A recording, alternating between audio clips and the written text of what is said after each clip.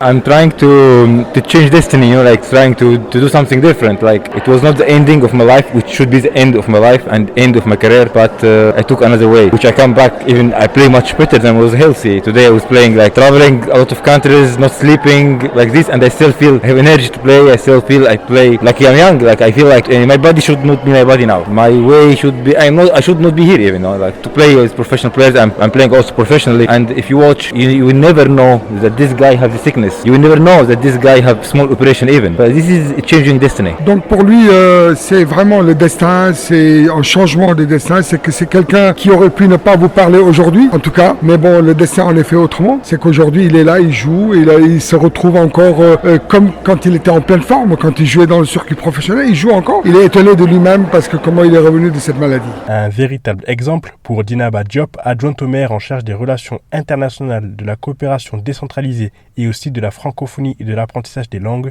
qui prouve que le cancer n'est plus une maladie à craindre pour qui que ce soit. Aujourd'hui, on est en capacité de guérir la majorité des cancers lorsqu'ils sont pris à temps. Il y a aussi il y avait son association Hope Giver, c'est-à-dire les donneurs d'espoir, et celle Bahaya. Ce sont deux associations, dont une égyptienne. Madame Chérine était là présente pour dire aux femmes d'aller se faire dépister très tôt. Parce que le cancer du sein est celui qu'on guérit le mieux, parce qu'il y a des dépistages et parce qu'il est pris à temps. Donc pour nous, c'était important d'allier cette culture du sport qui est importante pour la santé. Même quand on est bien portant, il faut faire du sport, il faut une activité physique. Et ce témoignage extraordinaire de quelqu'un qui a vaincu la maladie et qui dit « tout est possible ».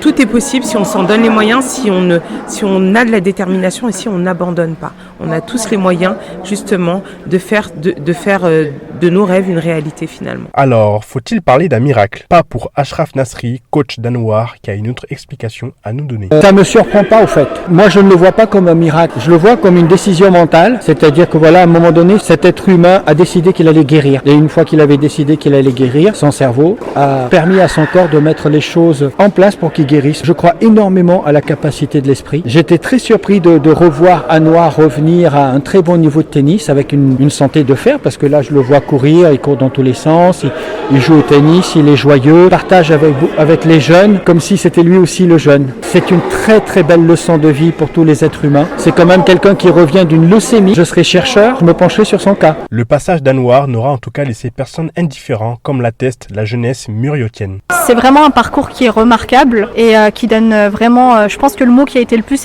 utilisé, c'est le mot espoir, et il donne énormément d'espoir aux jeunes et aux moins jeunes. Et pour nous, c'est un véritable plaisir et honneur de pouvoir échanger, apprendre, participer à un cours de tennis avec lui. Grand merci aux organisateurs et un grand merci également à lui pour sa gentillesse et ce partage. On a été très contents d'apprendre son parcours, on a été très touchés et on le remercie.